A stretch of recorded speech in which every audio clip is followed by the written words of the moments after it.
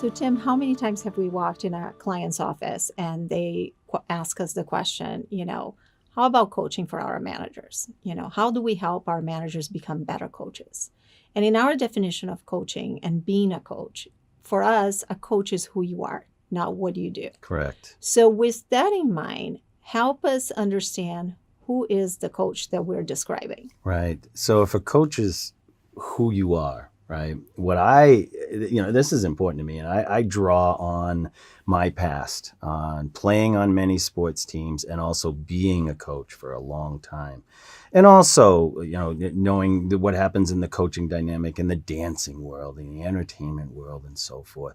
The coach is always coaching.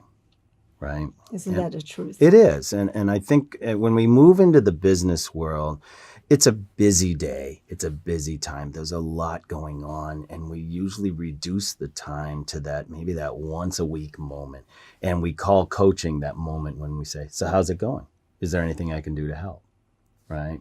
Well, imagine in a sports world, if teams come off the field or the court and the coach looks at them and says, is there anything I can do to help?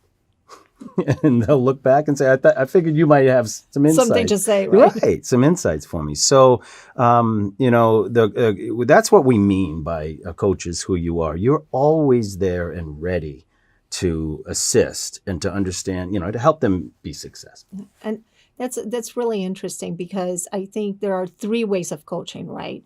Coaching before the moment, in the moment, and after the moment. So can you help us understand what would coaching before the moment look like?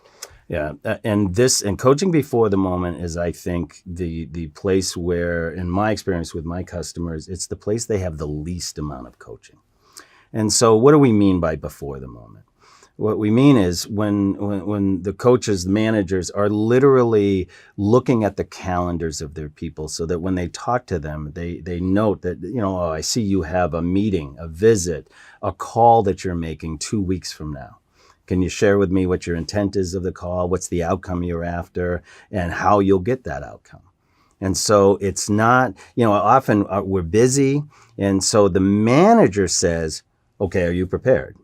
Yes or no? The coach says, tell me the things about this meeting that you think might challenge you and tell me the things you have. Very small difference, but big. It makes a big impact at the end of the day. Very important. How about when we're, in the moment? What can you give us an example of coaching in the moment? This one we don't have to overthink, right? I think people who like to be coached in the moment are those who don't mind at all if their manager, coach is right there with them. It doesn't have to happen constantly. In fact, it can't. It shouldn't, right? But now and then, having two sets of eyes, two sets of ears in the same environment is so helpful. And we just don't see it enough. Another way, which is in the moment but slightly before, is literally that parking lot moment. It's when you ask your person to, as a coach, you ask them to send you a text and give you the thumbs up. Or send you that text and tell you, there's one question I want to bounce off before I walk in this building.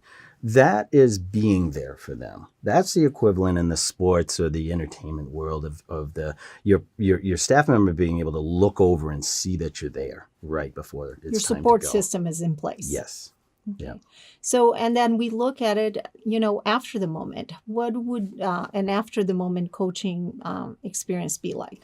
Well, after the moment is when we tend to classically coach. And really what that tends to be, historically, what that tends to be is, hey, here's how you ought to try to do it next time. So debriefing is good, right? And again, it's a real debrief. It's a question that says, how do you think it went? Here's what here's what you say the result is. This makes me think this or that. Can I bounce that off you? It's an in-depth debrief as opposed to simply literally passing each other in the halls or sending an email that says, hey, how'd that meeting go? Good? Good. You're paying attention, but it's a coaching moment that you might lose. So it's common, but what I always say is the organizations or the coaches that do it well are those that make debriefing a standard operation. Yeah. Well, if you're having the conversation anyways, you might as well make it meaningful, right? That's right. So coaching is really who you are when you consider that the conversations are happening at all the times. And the moments are there before, in the moment, and after the moment. right. Thank you, Tim. That was very insightful.